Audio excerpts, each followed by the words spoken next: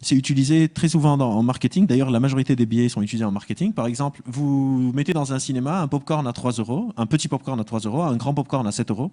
Et vous allez vous laisser courir cette expérience une semaine et vous allez voir que la majorité des gens achètent le popcorn à 3 euros. Les gens se disent du popcorn à 7 euros, c'est de l'arnaque, on nous prend pour des cons. Genre, je vais acheter le 3 euros. Dans la deuxième semaine, vous touchez pas à la taille du popcorn ni à son prix. Vous touchez pas à la taille du popcorn ni à son prix. Donc, vous introduisez un popcorn moyen à 6,50. Et là, soudainement, la majorité des gens commencent à acheter le popcorn à 7 euros. Ils se disent, le petit popcorn, c'est pour les nuls, vous n'avez pas honte d'acheter le petit popcorn. Si je vais prendre le moyen à 6,50, autant payer 50 centimes en plus et acheter le grand. On appelle ça un biais de cadrage. On n'évalue pas l'information objectivement, mais sur comment on la cadre.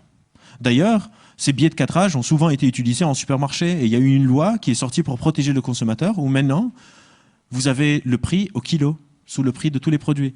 Parce qu'il y avait des marques qui s'amusaient à mettre par exemple format familial, et le format familial au kilo était plus cher que le format pas familial. Ou par exemple les boîtes de céréales, eux c'est des champions. Ils ont commencé par la boîte qui fait cette taille et qui a 500 grammes par exemple à 4 euros.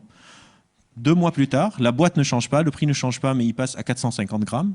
2 mois plus tard, la boîte ne change pas, le prix ne change pas, mais il passe à 400 grammes, 350 grammes. 300. Les sacs de chips, vous savez le sac de chips qui est comme ça, vous dites super, j'ai des chips, vous rentrez chez vous, vous ouvrez le sac, et les chips étant tout en bas.